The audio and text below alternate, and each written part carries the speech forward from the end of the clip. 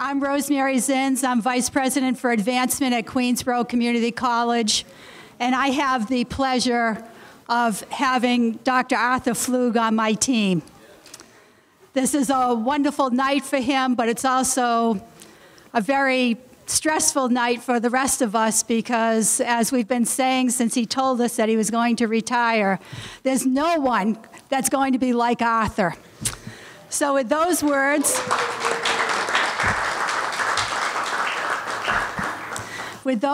I'd like to introduce our president, Dr. Diane Call.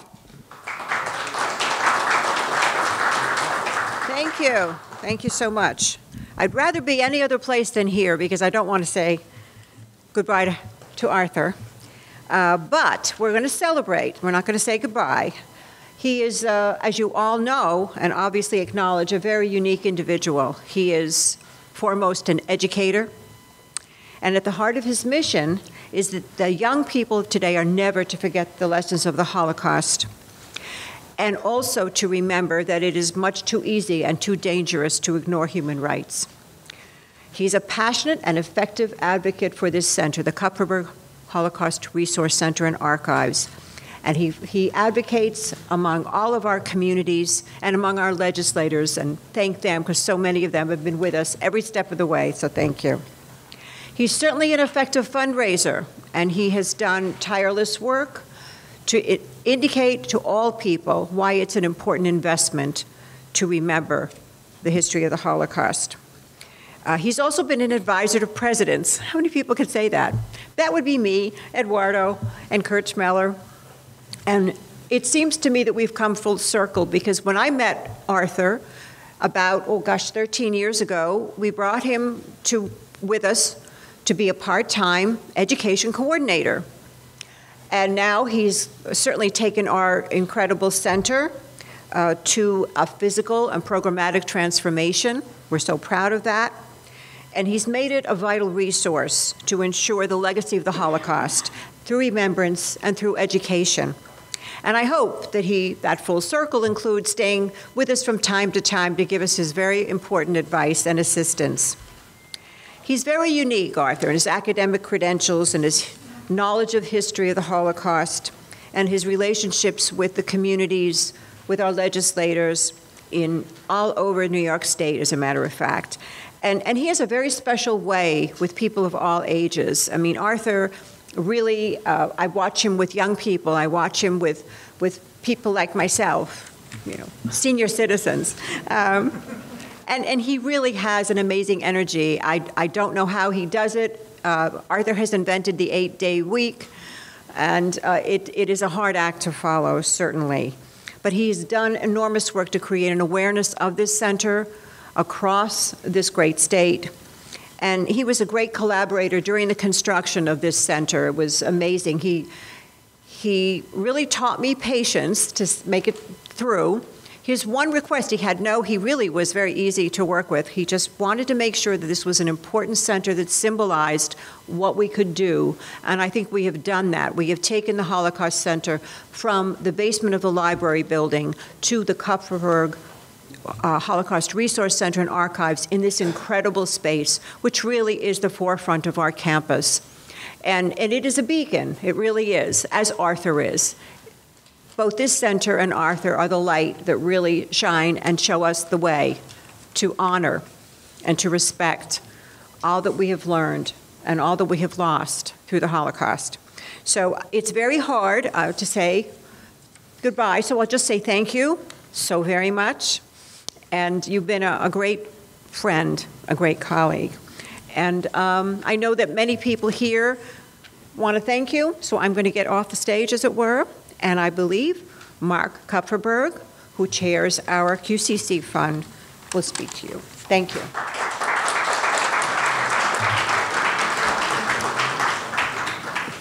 Thank you, Dr. Call. And I want to thank all of you for coming tonight to celebrate Arthur.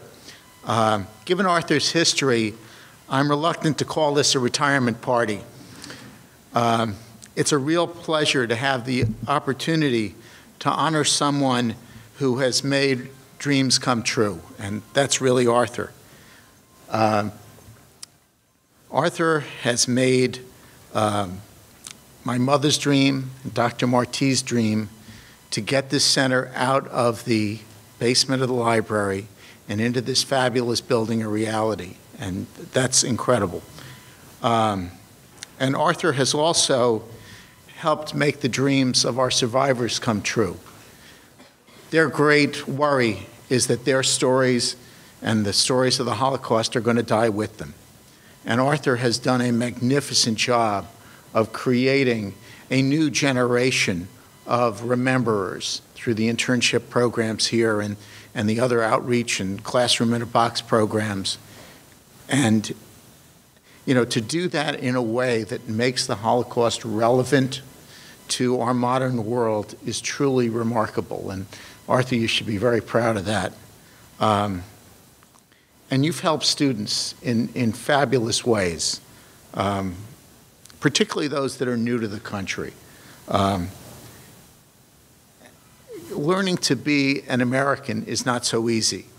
And there's one story that sticks with me about a Haitian-born nursing student who went through communications training here in the center with Arthur. And she ended up on an internship where she had a patient who wouldn't eat, who got furious every time his meals were brought to him. And a light bulb went on in her head from being here with Arthur. And she realized that this guy was different than her, and she had to connect with him. And she did that and found out that he was Jewish, that he was kosher, and when his tray showed up with meat and milk on it or with pork, he would throw a fit, and that would be the end of him eating and taking his meds. And she learned to be proactive here, and she would intercept his trays, take off all the offending foods, and deliver him a tray that was acceptable to him. Man starts to eat, he starts to take his meds, he gets better. All that from the kind of dream that Arthur helped make come true here. And finally, the last dream is really a dream for Arthur. Every great teacher hopes that they're going to make a difference in their students' lives, that they're really going to remember him. And I think the kind of impact that you've had, Arthur, on your students is truly fabulous. You know, you really have made magic. And I think you should be so, so proud of that. And we're so happy that you could do this here with us. It's fabulous. So at this point, I would like to turn the podium over to the chair of our advisory committee, Mr. Harbhajan Singh. Harbhajan, come on up.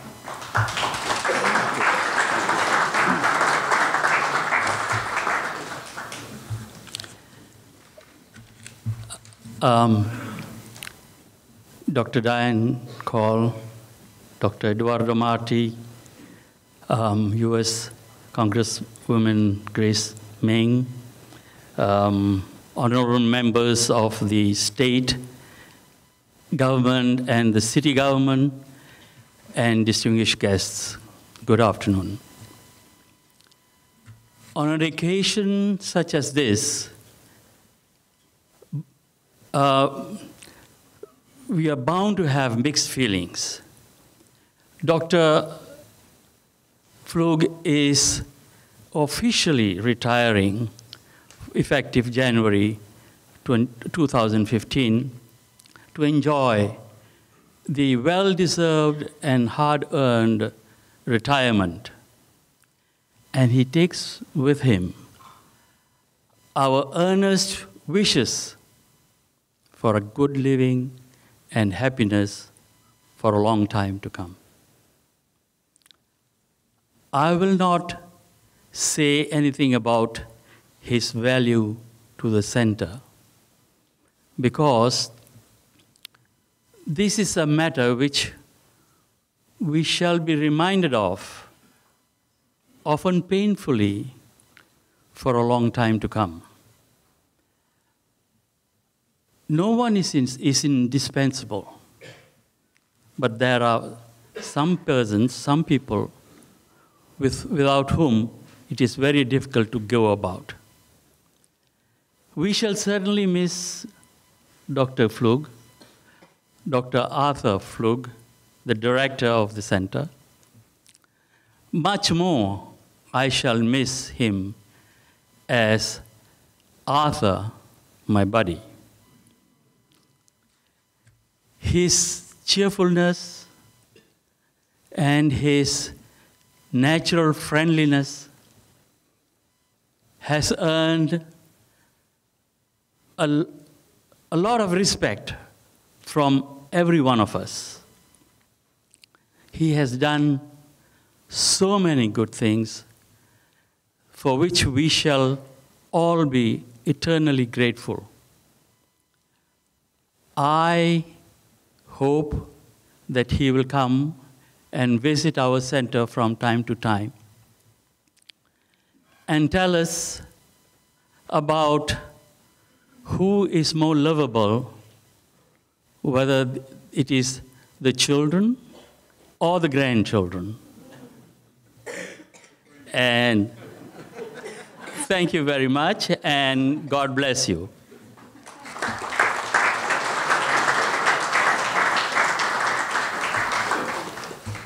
And now it's my pleasure to introduce the guy who actually said, this has got to come out of the basement, our past president, Dr. Eduardo Marti.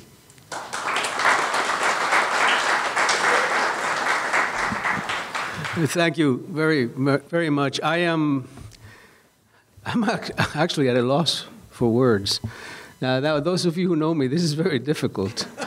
But there are very many emotions that are going through my head, and I really want to make certain that I synthesize them so that I can give you a coherent message that you can take with in remembering the good work that Arthur Flug has done in this center.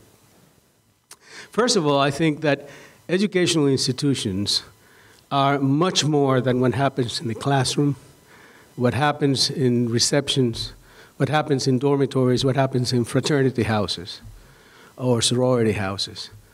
Educational institutions are places where learning takes place at every point of the development of the individual. And the idea of having at a community college in New York City something like this center is absolutely extremely important. It is extremely important because of the nature of our society. I believe, and perhaps I believe this in a way that is not completely based in fact because I did not live through it, but I believe that the Holocaust is the ultimate expression of prejudice. And when you realize that every one of the students who goes through this parking lot into the classrooms here, at one point or another in their lives, has been a subject of prejudice, it is very important that they understand that society as a whole has a responsibility to fight against prejudice. And by doing that, that means that they have to understand it, and they have to be able to do something about it. So the work that is being done at this center is really about educating the citizens of New York City that when they see something taking place that is inappropriate, that it is their responsibility to say that is inappropriate at their own peril, at their own risk. But they have to believe it strongly enough to be able to be citizens of the city. This is what this Holocaust Center really does for our students, for the many, over 60 countries represented in your student body. How many languages are spoken here? And these students are all part of that. Now, it's easy to talk about things like this. It's easy to even lecture in classes about this. It's very hard to do something about it. And frankly, you know, the building is a wonderful structure, and I can bore you with the stories that I'm remembering just looking around this particular facility. But I can tell you that buildings are just buildings. What happens in the building is what is important. And that is what Arthur Flug has done for this college, for this borough, for this city, and frankly, for this nation.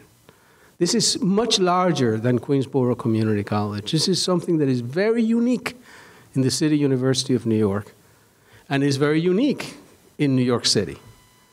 So when I first met Arthur, and I know that there are a lot of important people here who had a lot to do with funding this place, the first time I met Arthur Flug was in my office when he came to tell me that he was retiring, right? This is a circle, goes around, comes around. He was retiring, and he was chief of staff for David Weprin, and he was saying to me, hey, I came to tell you that I'm retiring, but you don't have to worry. The $1.5 million that the city is going to give to match the $1.5 million that the state is giving is safe. Remember that? And we had that conversation, and then the conversation went from there to who are you and what did you do? And I found out he had a doctorate in education. I found out that he has been in the school, in the Board of Education. I found out that this is a gentleman that was between 62 and 65, in that little limbo of, you know, you can't make more than $25,000. That's music to the ears of any president. So I said, I'll hire you for $25,000, remember that? I can guarantee you, ladies and gentlemen, he's making much more than 25 right now. But at that time, we were just starting, and I needed someone who would take the center from Queensboro into the community, or bring the community from the community into Queensboro. And Arthur, I can only thank you. I mean, I thank you for putting your trust in this guy with a funny accent, and you know. But I thank you for what you have done for so many students, and I'm going to miss our relationship. You know, I will be back to the Holocaust Resource Center because, yeah, people like Hannah that will be. I always call you Hannah, Hanny. You know, and that will always be here, and the memories that this place has. But the important thing is to understand what this man has done. And I really think that we all have that responsibility. We need to, today we celebrate. You know, we can have some wine and celebrate and make them feel good, which is what we should be doing. But we also have the responsibility to take what he's done and take a piece of that and continue that work. Amplify the message that he has given to this institution. Help us, help this college ensure that the lessons that has been taught in this center continue in perpetuity. Make certain that you use your influence, your financial ability, your friendships. Make certain that you understand that what we're doing here is extremely important for the life of this city. I know that if you give me a podium, I can talk for hours. I don't want to spend that time. I think it is your time, Arthur, to celebrate. But I think the best gift that we can give you is the promise that we will continue to work to ensure that this center continues for the rest of history. Thank you very much.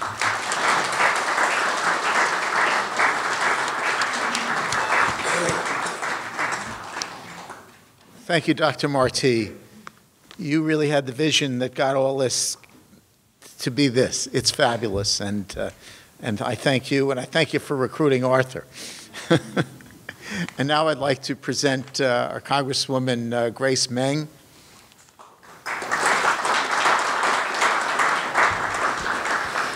Good evening, everyone. Dr. Call, Dr. Marti, all my esteemed colleagues in government, and all of our community leaders and friends who love and adore Dr. Flug. I want to give a special thank you on behalf of all of us to Dr. Flug's family for sharing Dr. Flug with us for so many years. And I don't think you're done sharing him yet. He's actually, even as of this morning, called our office and given us more work and more assignments to work on that will extend way beyond January 2015. So I think that we have a lot more work to do together, and we're definitely not letting you go. But I really want to thank Dr. Flug, most importantly, not just for the center, which we in Congress and in Washington, D.C., tell our colleagues from all over the country about, but for the important lessons that you've left for our children, for generations of children to come. It's because of your work, your heart, and your dedication that so many people I'm very, I was sitting right in front of the engraved quote that so many people will be able to ask themselves what they can do for those who have not survived. Thank you for your work in helping to right the wrongs and to speak up for many who were not able to speak up for themselves. And so today we have, on behalf of the United States Congress, a special proclamation. And for those of you who think that Congress can't accomplish anything these days, we've managed to come together and agree to declare today to be Dr. Arthur Flug Day throughout our district. So if I could ask Dr. Flug to come on.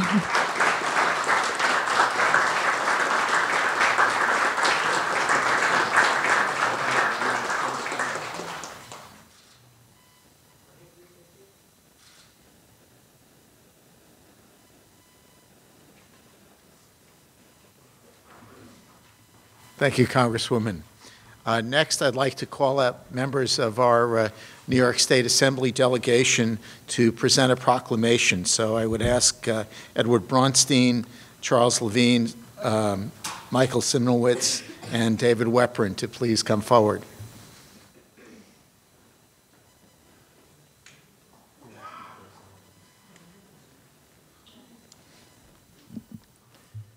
Dr. Call, Dr. Marti, Mark Kupferberg, distinguished colleagues and distinguished audience all, because I know so many people in the audience, I can't acknowledge all of you, but you all know and heard that Arthur Flug was my chief of staff, and we worked very closely with the Holocaust Center. So my loss was the center's gain, but Arthur's service and goes so beyond the Holocaust Center. He's had, I think, about 6 or 7 different careers in addition to being a father and grandfather, and it's great to see all the kids, Jackie, Mary, Mark, and the grandchildren as well.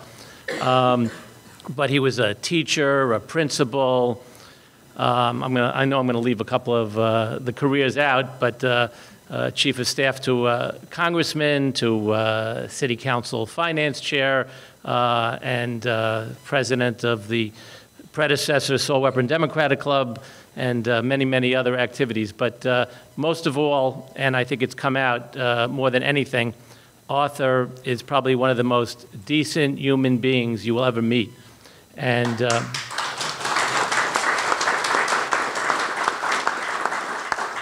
and where else can he better be a decent human being than in an institution like this, with really represents the essence of being good to humanity and recognizing the horrors of humanity. So it's a great honor for me to join in with my colleagues with this official Assembly proclamation.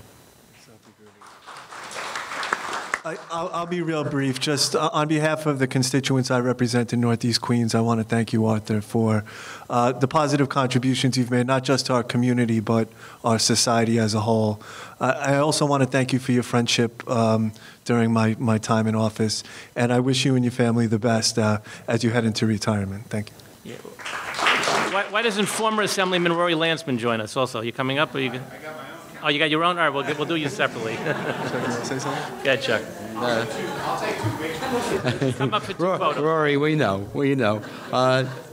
David, you left out something, an accomplishment, a unique accomplishment of our dear friend Arthur Flug, also a volunteer in the Israeli Defense Forces when he was in his 60s. So let me just personalize this, and this is not going to take very long.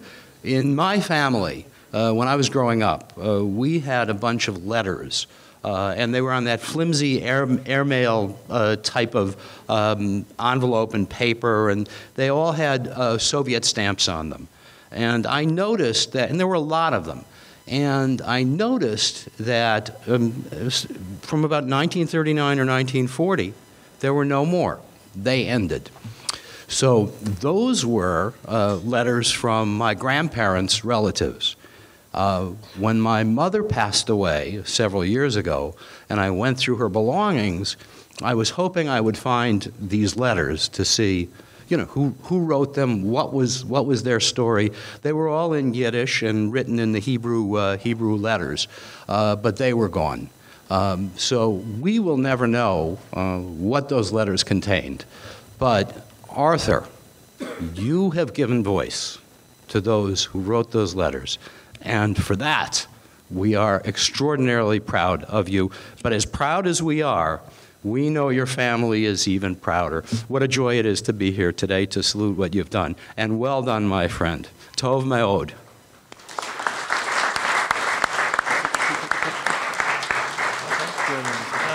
Arthur.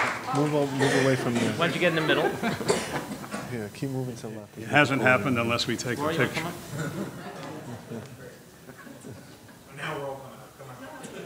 Grace, come on up. Another former Assembly member, Grace Meng. And John Liu.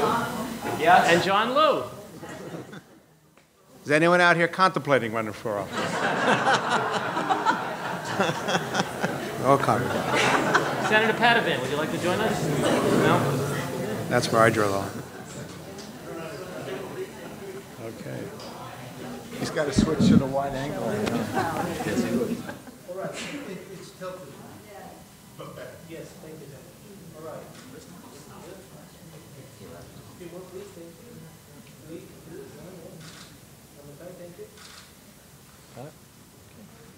I'll put it back. One of your city council proclamations left, frames left over my basement. So we have a big one too. It's truly wonderful to be able to say, that was very nice to have your friends here, Arthur. And now I'd like to call members of the City Council up to make a proclamation. Daniel Drum, Karen Koslowitz, Rory Landsman, and Mark Weprin.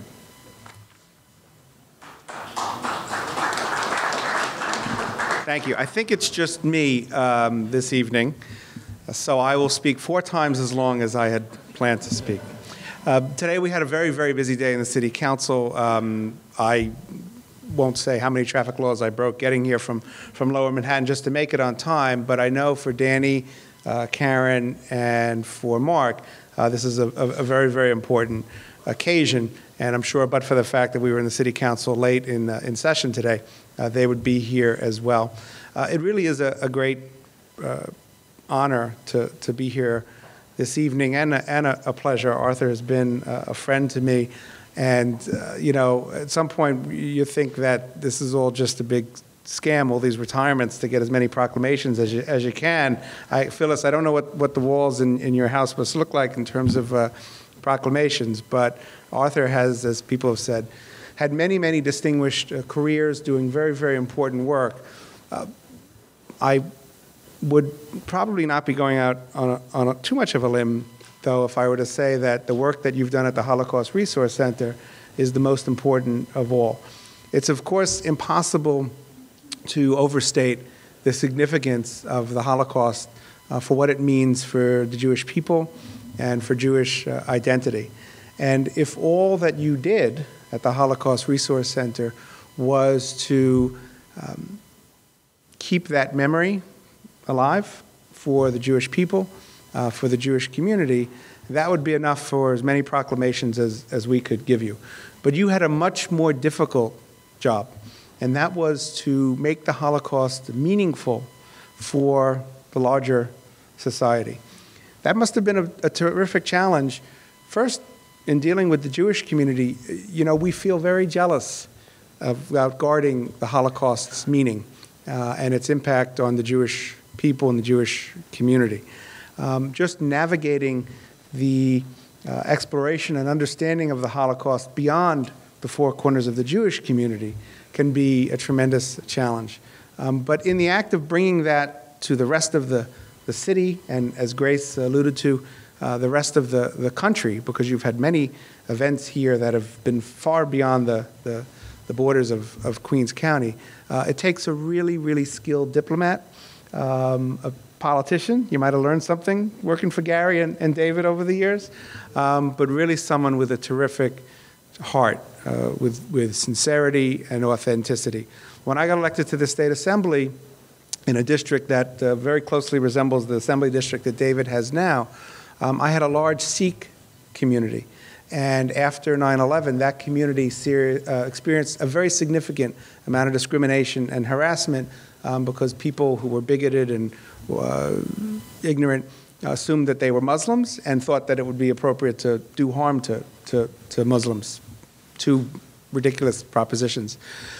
It was to the Holocaust Resource Center that I turned when we wanted to come up with a programming that would help the Sikh community and help the broader Queens community get to know the Sikh community, the Sikh faith, and the Sikh people. We hosted a screening here at the Resource Center of a movie that someone from the Sikh community had produced, which went a long way towards educating people about that community and reducing prejudice there.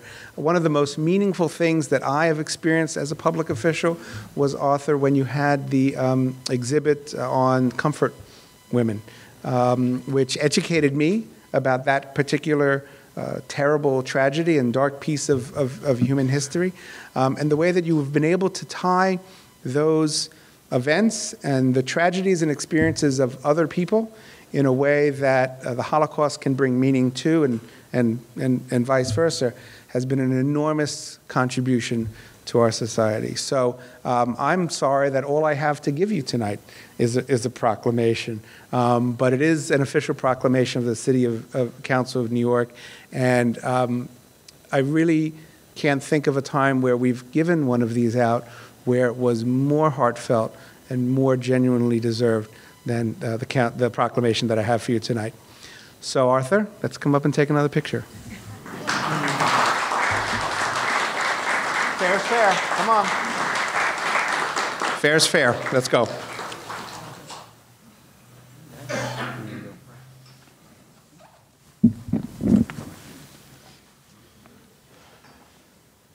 John, why don't you come up with us? John Liu, the former controller of the City of New York.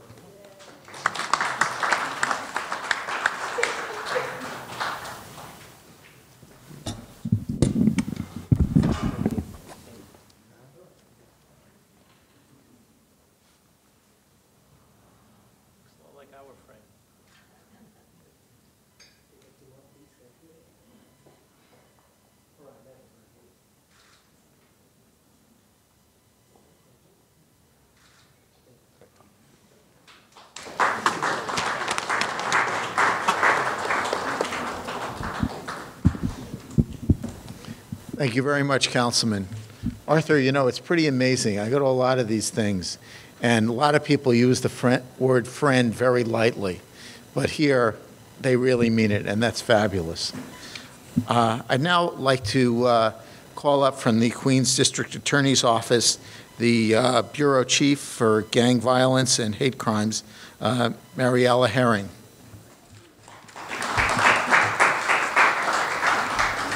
Good evening, everyone, distinguished guests, the Flug family, Dr. Flug. First of all, I'd like to thank you so much for including the Queens District Attorney's Office and all the good things that happen in this center and all the serious work that gets done. Unfortunately, much of our work is done in court, But what you need to realize is that as public servants, it's important for us to connect to the community and to the young people in this community. And Dr. Flug did facilitate that. What an ambassador he has been for this college. He is able to get, on many occasions, besides the district attorney's office, other government agencies, the Department of Education, the New York City Police Department, and so on and so on, New York State Division of Human Rights, all here to help teach the students in this college and the community at large.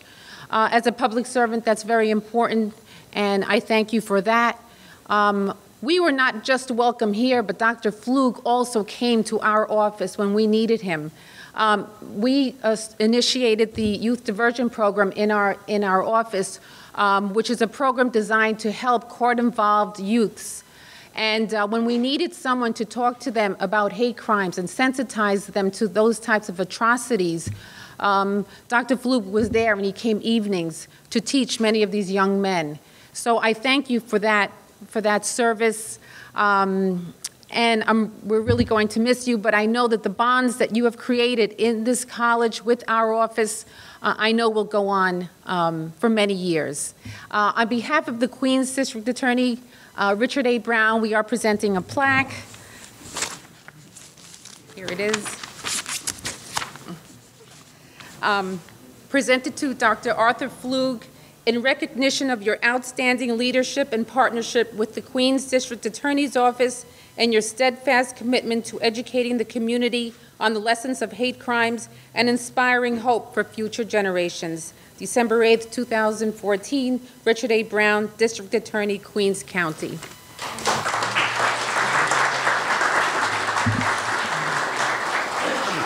Very nice, Mary. I didn't expect that. Thank you. That's yours. Thank you very much, Ms. Herring. And now, Arthur, I have a little bit of a surprise for you. Can you believe he could get a surprise? I would like to invite up your grandson, Charlie, who has some things to say. Okay, it wasn't on my script, sorry.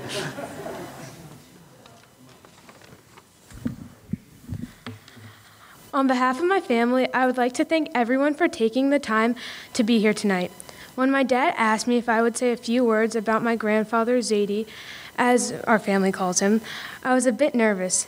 Then I thought for a second and realized that this was a great opportunity to share with you how I feel about him. Zadie is the best, so what should be so hard to say about someone who has dedicated his time not only being the best, but being a role model and doing his best in everything he does. My Zadie has taught my siblings, cousins, and I about doing our best. I look at his work he has done here and remember his stories of the Holocaust Center, starting out in a basement and now seeing his hard work become this incredible facility and amazing resource for everyone. Zadie has worked to teach others about hate crimes and bring understanding to unjust situations and help move people into doing right at all times. Because of Zadie, I try to do my best. As you may well know, Flug is not really a common name. Actually, it's mispronounced on a regular basis. However, wherever I go, be it at school, a youth organization, or even a sports team, someone always asks me, "Is Arthur Flug related to you?" Then it follows by what a wonderful program he ran, or a lecture he gave, or tour he gave of the Holocaust Center. Their excitement always makes me proud. It has always been a great ace in my pocket when Zadie comes to speak to your class or hosted an amazing trip. Just recently, Zadie was honored as one of the Queen's Star of the Year. The quote that he had under his picture was, "There are two kinds of class, first class or no class." I think it's obvious that Zadie's work here at the Holocaust Center is far beyond first class. Thank you for allowing me to speak and honoring Zadie here today.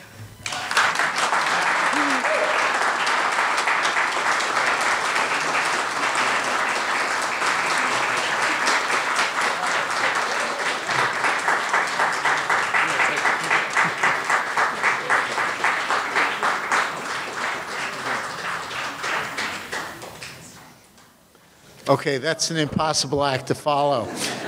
But let me call up Vice President Rosemary Zins. I would ask Arthur to join me here at the podium.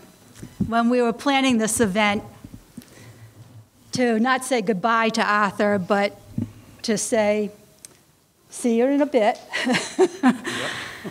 There were so many people that could not be here tonight, both from the community and from our own faculty and staff, that we encouraged them to send us a few words about how they may have first met Arthur, how they interacted with Arthur, a funny story that they might want to share. And we're compiling that into a book that we're going to ceremoniously present to you tonight, but then I need it back because there's other people that are still sending me messages. So with that being said, Arthur, Dr. Pflug, it's been my pleasure to work with you, and I'd like to present this book to you of all the wonderful things, because I have screened them, and they were very touching. Every single one, I actually started to cry when I read most of them. All the personal notes, all the personal remembrances of how good you were to them, and to take the words from David Weprin, what a decent human being you are. Thank you.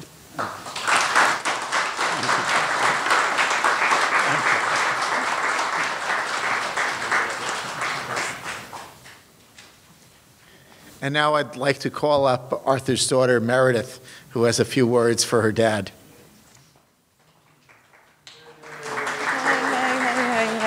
Hi, everyone. You're waiting to hear what I have to say? Thanks, Mark. My name is Meredith Pflug, and I am lucky and proud to be Arthur's daughter. I'm also a former Queensborough student, and way back when, I did take Dr. Schulman's Holocaust class, and if I remember correctly, it was in the basement of the library. Other than being extremely proud of my father today, I'm here to answer a question one or two of you may have. Where in the world is Mrs. Arthur Pflug, and why isn't she here this evening? The where is either at the courthouse or at home, depending upon what time it is now, and the why is a little simpler.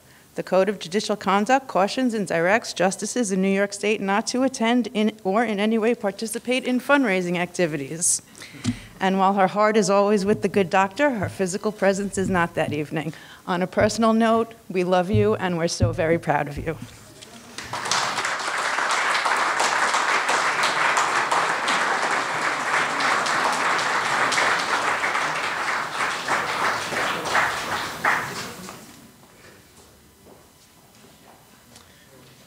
And Arthur, I know you're very unaccustomed to public speaking, but please come up and share your ideas with us.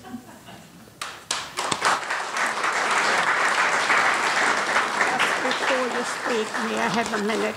I know I'm not on the agenda, but there is a group. 8 years ago, Dr. Pflug started a program called Bagels and Talk. They are survivors who meet twice a month, and we discuss different topics. And we got to know Dr. Pflug. He talked about his Seder and about his growing up, learning about the Holocaust. And it's a very, very important program, and we all enjoyed. And we got together and want to present you with some contribution for the internship program, which most of our survivors are part of it. And we find this program, the internship program, so important because we deal with students, some of them who never heard about the Holocaust, and it had such an impact on those students. And Dr. Pflug tells them that you're the ambassador. You have to tell it to your children and their children. So the story should never be forgotten. And I can only say one word about Dr. Pflug. He's a mensch.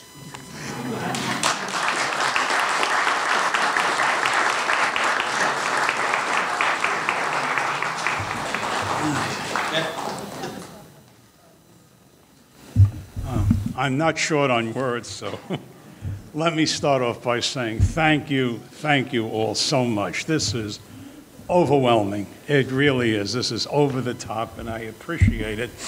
It's a little frightening because this is my 6th retirement. And I say, oh my God, what's going to happen next? But I'm looking forward to it, and it's sort of a great deal of sadness in the fact that I'll be leaving the Holocaust Center, but not permanently. I look around here tonight, and the thing that is most comforting is not the large number of people here, but there are people here wearing yarmulkes, there are people here wearing baseball caps, people here wearing turbans, people wearing nothing. And it means that we've really gone ahead and done what we had planned to do. When Eduardo said to me, we have to make the Holocaust meaningful to our community and students, we've given it a universal approach. And that is probably one of the most fulfilling things. In 1961, February 1st, 1961, I began my teaching career in the New York City Board of Education, and I was assigned to what was then called a 600 school. 600 meant you would get an extra $600 if you taught in these schools. And we refer to it not as the bonus, we refer to it as combat pay, because these were schools that were set up for students in the junior high level who couldn't make it anywhere else. And I taught in a school on the Lower East Side of Manhattan. And in those days, 1961, there was no such thing as a teachers' union. There was no such thing as community school boards. The superintendent ran the district. It was his fiefdom, and he ran it the way he saw fit. And one of the things you understood when you came to work every day was you would have at least 5 classes a day, sometimes 6 or 7 classes a day, and lunch duty and all the other things, and that was part of your job. But I worked for a superintendent by the name of Carl Erdberg. He was one tough guy. But one of the things he said, and I remember this so clearly because it's one of the few things that through all the education courses that I've taken really stuck with me. He said, if you want to run an effective organization, surround yourself with people who know more than you do, who are more creative than you are, who have a sense of what has to be done, and work with them and give them support and encouragement even when they make mistakes. And when they do things that are good, let them know it and compliment them, and you will achieve. Now, I've always kept that in mind when he said that, and I look at the organization chart of the Holocaust Center, and it's really inaccurate.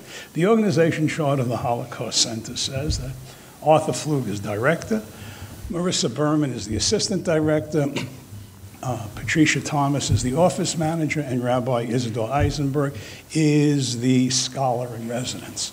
But that's not really true, because what we have been able to do is take the organizational chart of the Holocaust Center and expand it not only across campus, but across the entire community and beyond, which really means that the people who are sitting here tonight are really part of the organizational operation of the Holocaust Center.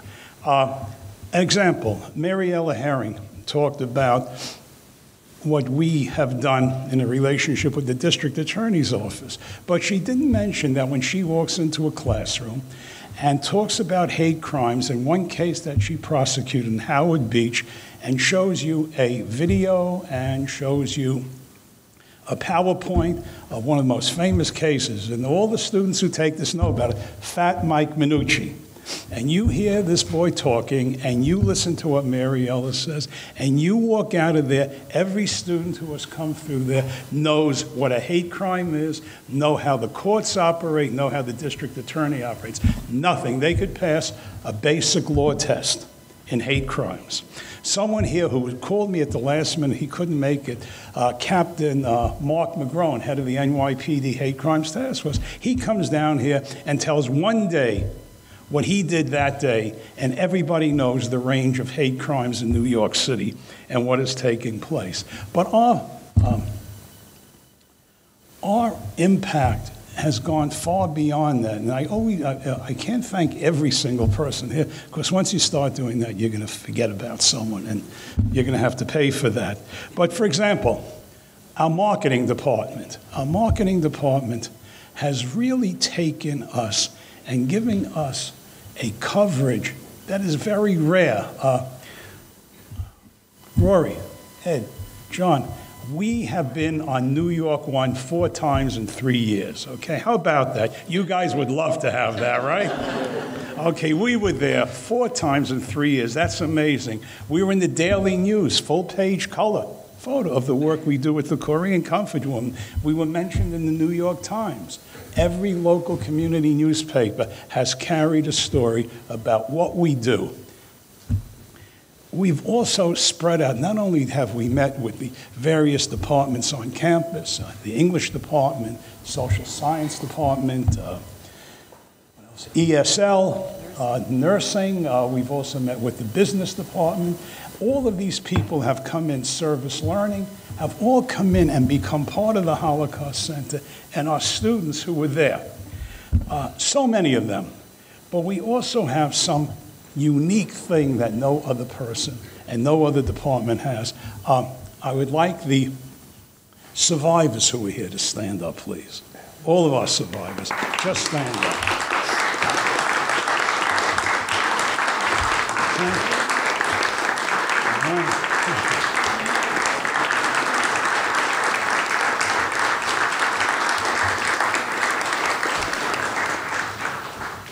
I always refer to them as my survivors. Whenever I do that, my wife corrects me, which is a very frequent occurrence. But she said, Arthur, they're not your survivors. They're the survivors. I said, no, these are my survivors. We operate as probably a close-knit team, a family. We've been to each other's homes. We've shared happy days. We've shared sad days. And our survivors here have taken on a very, very unique responsibility. These are men and women who, because of the course of world events, never really finished graduate school or even college, but have gone out and become outstanding lecturers to the extent that we at the Holocaust Center now, aside from providing survivors to all our classes on campus, have become somewhat of a booking agency. We will get a call saying, I need a survivor to speak on so-and-so night.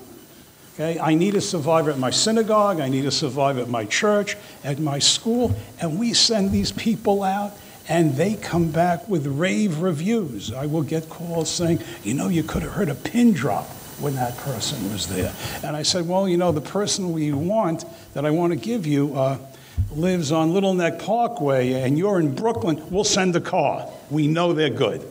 We know they're good. To give you an idea of how good they are, and I don't mean to cast any doubt on any of the survivors, because they're all good, but one story stands out. I'd like Ethel Katz to stand up. Ethel? Ethel. Ethel. Let me tell you a little bit about Ethel Katz. Ethel, okay, Ethel came from Poland, lost her entire family in Poland. During the war, came to the United States, survived, got married, raised a family, very, very successful life. When we undertook the program of the Comfort Women of Korea and what happened to them, Ethel became involved in that program. She became involved in that program with the women that we brought over to such an extent that last year, when the Prime Minister of Japan was speaking at the United Nations and the Korean community was staging a protest outside of the United Nations about his approach to what happened during World War II, they called me up and they said, you know, Dr. Flug, we would like a speaker to be down there. And, you know, I said, well, you know, I'm not allowed to speak at that time because I'm employed. And he said, no, we don't want you. We want Ethel Katz.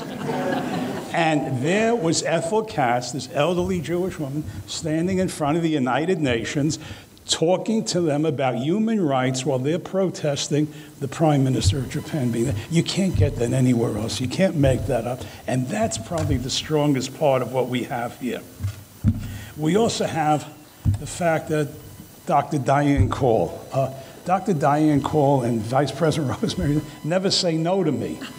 You know, when I come up, you know, the understanding is if you're going to speak and ask your vice president, ask your president for something, make sure there are two things there in place. Number one, whatever you want to do, you have the money for it. If you don't have the money, don't even ask for it. It's never going to happen. And number two, make sure it doesn't embarrass them. Once you have those two things in place, everything goes off. And it has worked that way. Special recognition to Eduardo Marti. I always remember coming in, he said, so what are you doing now that you're retired?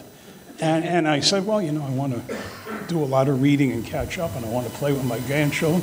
He said, you know, I could use you here a day or so. Why don't you come in here a day or so? And you know, that day went from 1 day to 2 days to 3 days, and I really left politics because I didn't want to work 24 hours, 7 days a week. And I find out you have the 8-day week. That's what we have now over here. That is something. But I also want to point out the members of my family who are here, and I'll ask my son Mark, my daughter-in-law Kathy, my grandson DJ, my daughter Jackie. You heard from my granddaughter Natalie, my other granddaughter Veronica, my son-in-law David in the back, my daughter Mary, my son-in-law Ross, who I got, and David. Okay, and David. There you go. Can't forget David. Out of that group there, Kathy is a graduate of Queens College, CUNY. Okay? Mark, graduate of SUNY, Albany. My son Zach, who lives in Atlanta and wasn't asked to come up here, it was too much, SUNY Purchase. My daughter Jackie, SUNY Geneseo. All of them have been able to reach in to the CUNY and SUNY systems, and they really became excellent things. I was a little bit worried about the proclamations. And my worry was well-founded. About 4 years ago, I received an honor from B'nai B'rith and the Italian-American Commission on Social Justice. It was called the Lehman LaGuardia Award for Community Service. And it was at a breakfast at a catering reception hall out on the island. And it was a Sunday, and my grandchildren showed up. And, you know, as the speeches went on, they couldn't have been more bored. They were just sitting there like 5 years ago, another speech, another speech. But the last person who got up to speak was Helen Marshall.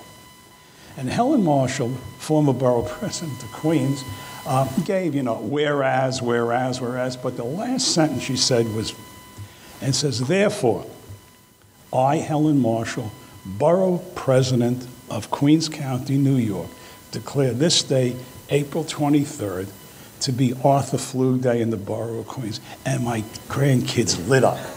They said, oh boy, look at that. And I didn't know why, you know, because you understand when you write these proclamations, the way language is used. And when it was over, they came up to me and said, can we read that proclamation? And they read it word for word. And we got down to the last thing. It says, therefore, I, Helen Marshall, President of the Borough, declare this day, April 23rd, to be Arthur Fluge Day, Queens. Does that mean next year we can take off from school on that day? And I said, well, not really. And for about 10 minutes, they had lost complete faith in the American legislative system. Like, if your grandfather is important enough to have a day named after him, why can't we get some benefit out of it? They understood now. When Grace Main got up and read that, I said, here we go again. But guys, you know it's not going to happen. Okay? But a word to legislators who were here. I can't thank you enough for the support you give us. As far as publicity goes, as far as program support goes, as far as funding goes. And speaking of funding, if anyone here still wants to make a contribution to the Kupferberg Holocaust Center in the back, you can do it. I wanted to get that in before you leave. But you guys not only have done it, but you've taken part and become part of our educational system. John Liu, Rory, Ed, all of you have been here to speak to our students on various occasions about your life experiences. And there is nothing more effective than having someone tell of their life experiences that the students remember. You can't get that out of reading a textbook. Finally, at this point, I had a reporter last week who was doing an interview, because I'm retiring, saying to me, so what's going to happen now that you're going into your golden years? And, you know, oh, God, golden years. And I said, we're not going to move down south to a retirement community in Florida. That's not going to happen, okay? I said, and I'm not going to get up every morning and go to the senior center. That's not going to happen. My wife and I lead two very, very active careers. If you know my wife Phyllis is a state Supreme Court judge, we lead two active careers which take up a lot of our time, which really helps our relationship because, because the less we see of each other, the happier we tend to be. And now one of the challenges we're facing is, what are we going to do with all this time we have together? But we've been planning for this, and, you know, for a few years now, what's going to happen when suddenly, you know, 24 hours a day, 7 days a week? That's a big challenge. So we're going to be working with that. And there are other projects that I still will be working on as far as the college goes, our Korean Comfort Women program. We're going to be working with a new project that we're putting together about the Holocaust in Persia, or it's now called Iran, what happened there. But basically, I want to thank all of you for the support you've given me, the support you've given the Holocaust Center. Just one story, and I'll end it. When Anita Weisbrod got up to speak here before on behalf of the survivors, she partakes in a program where our students become interns, study about the Holocaust, and learn to interview a survivor. They have to do a one-on-one interview with the survivor. And we've had many, many unusual reactions. One was Anita's, but one that I'll tell you, one particular young lady called me and said, you know, I'm here at the survivor's house. And he said, Dr. Flug, he's trying to fix me up with his grandson. You didn't tell me what to do when that happens. And with a straight face and a very serious voice, I said, Maria, tell him you're not Jewish. It'll end right there. Okay? And it ended right there. But the one that really I find so moving and memorable was a young lady who was not able to be here tonight because she's now a student at John Jay School of Criminal Justice. Her name was Gail Muzak. She came from Haiti, and she was an intern, and a very, very quiet intern. She never asked a question. She took notes, never answered a question. She just stood there. And I assigned her to interview Anita Weisbrod. And part of the interview process, after you do the interview, you just don't hand in the paper. You have to come in and introduce your survivor to the other group that's there and tell the story of that survivor. And Anita is sitting there at the table, and Gail is next to her, and the microphones are in front of her, and she says, my name is Gail Muzak. The survivor I interviewed was Anita Weisbrod. And at that point, she turns to Anita and starts sobbing, but uncontrollable sobbing. Really, it was frightening the way, how she was crying. And I got quite concerned. I walked over, he said, are you all right? And she went like this, like, I'm okay. And she said, I know exactly how you felt. Anita was on the kinder transport, which meant that her family sent her out of Austria, where she lived, because Hitler was allowing 10,000 children to leave Europe without their parents. Okay? And she said, I know exactly how you felt. She said, 3 years ago, I was in Haiti. It was an earthquake. I lost my whole family. I lost my house. I was the only one to survive, and they sent me to America. And I didn't know the language, I didn't know the people, but I want to thank you so much for telling me your story. As a result of this, the next year, Gail volunteered to take our hate crimes program, and this past summer she served in the Queens District Attorney's Office in the Special Victims Unit, and she stopped by one day, and this young lady who was very, very quiet suddenly has opened up and blossomed, and she said to me, Dr. Flug, you know what I did today? I met 2 Supreme Court judges. Didn't impress me because I meet them all the time. But I said, really? And she said, and I've been working with the police, and I've been working with the DAs and the lawyers and the paralegals, and I've been accepted to John Jay School of Criminal Justice. That's what this is all about. The best thing we have here about the Holocaust Center is the experiences of the Holocaust Center are learning experiences, and it's more than learning calculus, and I don't want to insult any math teachers there, but it gives them an understanding of what life is like and how to do it, and I thank you for the opportunity.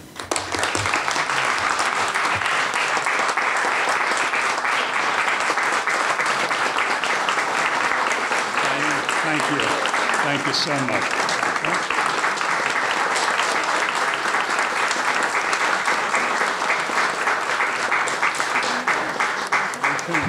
Arthur, thank you so much for giving us the opportunity to say thank you to you for all the fabulous things that you've done. Please stay, enjoy the refreshments, and I think we have a presentation coming up. Yeah, our friends from the Korean community. Come in, gentlemen. Come over here. Mr. Dan Shang Kim of the Korean American Civic Empowerment Committee.